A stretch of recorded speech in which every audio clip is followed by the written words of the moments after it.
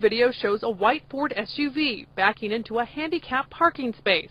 Then one by one, 5 suspects file into a Garden Grove jewelry store.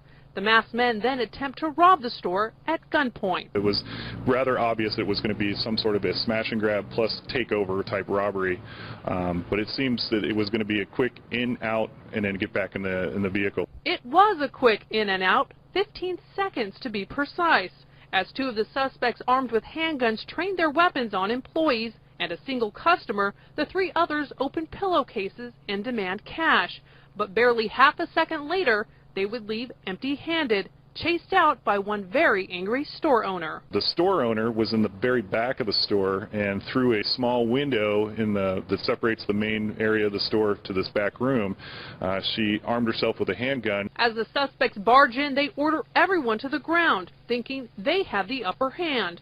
But the store owner would soon turn the tables on the armed robbers. She felt that the suspects were possibly going to injure either the employees or the customer, so she fired 2 rounds from her handgun towards the suspects, which caused them to flee the store. And flee they did, bumbling and stumbling into each other as they clamored to escape the store owner's fury. One suspect fired off a round that hit the ceiling before exiting. Obviously, we're leery of recommending that store owners take immediate action. It's all going to have to be based on the circumstances at hand. It's being called La Crosse, Washington justice. A wallet thief trying to make a getaway was tackled, hogtied, and left in the middle of Main Street for police to find. What the hell the matter with you, you know? Larry Garrett smacked the guy who stole his wallet. And then I slapped him upside the melon. The man, 69-year-old Larry Garrett, slapped his 25-year-old Sean Lee. A few minutes before he got slapped, Lee stopped at Garrett's house in La Crosse with a sad story to tell. I just come from Seattle, and my wife's having a baby in Lewiston, and can't get there. And I'm out of gas. Garrett paid for the man's gas. He even made Lee some food.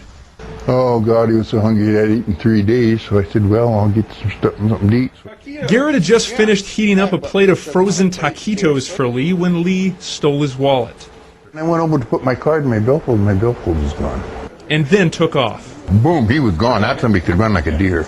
Turns out Lee should have stayed inside because outside this man, Lowell Garrett, Larry's cousin, was waiting. All of a sudden they stepped out on the porch and this guy was on the dead run and they said, stop him, he's got my wallet. Lee tried to get in his car to make his getaway. You know, I grabbed him right by the front of the shirt. And pulled him? I jerked him like that. Lowell wrestled the man out of the car and eventually onto the pavement. Laid him in the street. And then June came over and sat on him. And I told Stephen, my brother, I said, don't let go of him.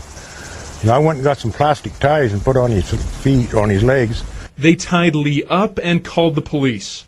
Once they had the bad guy tied up, instead of dragging him over to the sidewalk, they just left him right where he fell.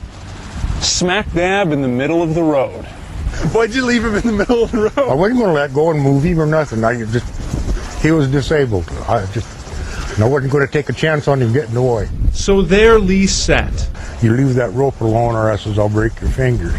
In the middle of La Crosse's Main Street, hogtied, until the police arrived 20 minutes later. The sheriff told me today he usually doesn't encourage people chasing down the bad guys, beating them up, and then tying them up. But in this case, it worked, and he says it was pretty funny.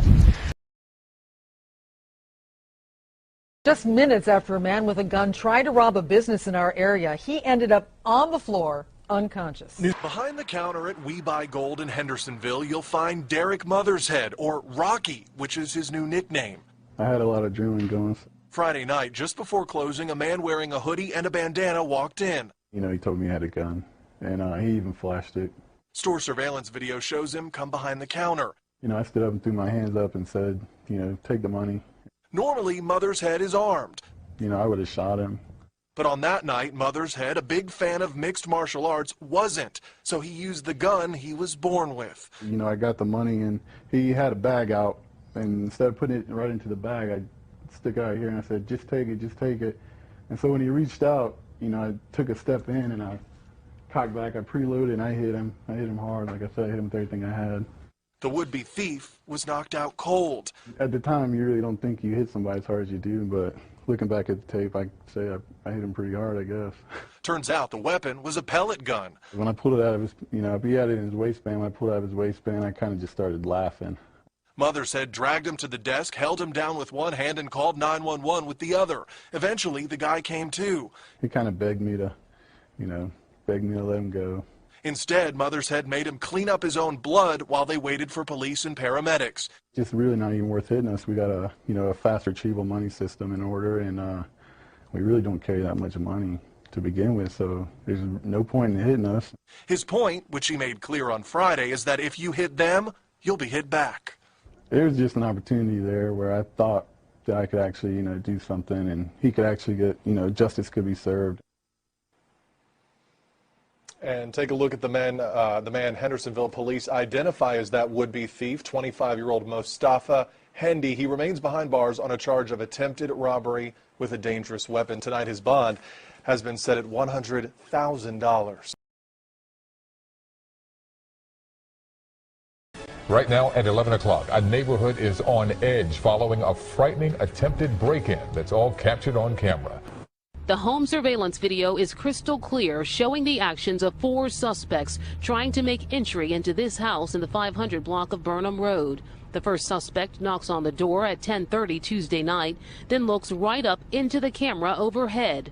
Another knock. The homeowner quickly opens the door before hustling back inside, seeing the sawed-off shotgun in the hands of one man, handguns in the hands of at least 3 others. It's kind of scary because I was actually sleeping down in my living room last night because of the AC down there, just to keep cool, and I saw the cop cars out front. I had no idea what was going on. Rob Steele has lived on the block for 7 years, right across the street from the attempted home invasion. The suspects ran away, never entering the house.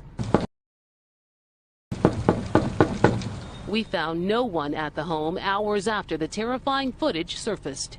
I felt sick, honestly. Nothing like this has ever happened before. It's a very safe street. It's part of the reason that I live here.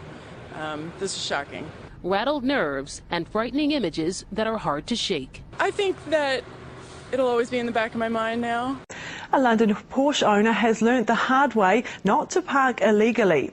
The woman had left her car parked at a bus stop when a bus driver took exception and shunted her $80,000 car out of the way. ITV's Nick Thatcher reports.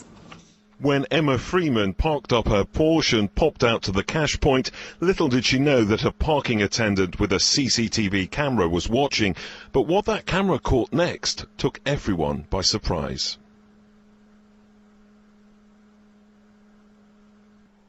Watch again, this time in slow motion. The 283 single-decker bus had been on the stand at Barnes Pond before pulling out, hitting the Porsche, and then smashing its way through the bus shelter. Thankfully, no one was standing there at the time. The bus driver escaped uninjured, and even Wilson, Emma's Persian cat in the passenger seat, escaped with one of his 9 lives. The noise, though, brought drinkers from a nearby pub out to investigate, and Emma told me today it was a terrifying few minutes she'll never forget.